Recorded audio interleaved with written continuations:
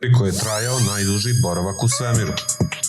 Ruski kosmonaut i doktor medicine Valerij Poljakov davne 1995. godine postavio je svetski rekord za najduži boravak čoveka u svemiru.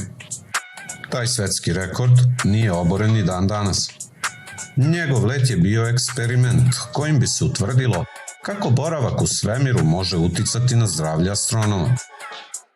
Let kojim je postignut najveći svetski rekord za kontinuirani boravak čoveka u svemiru počeo je 8. januara 1994. godine ruskom letelicom Sojuz TM-18 u kojoj se nalazio Poljakov.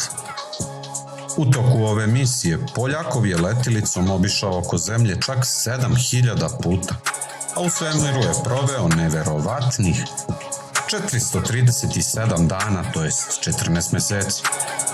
Zapratite kanal za još ovakvih informacija.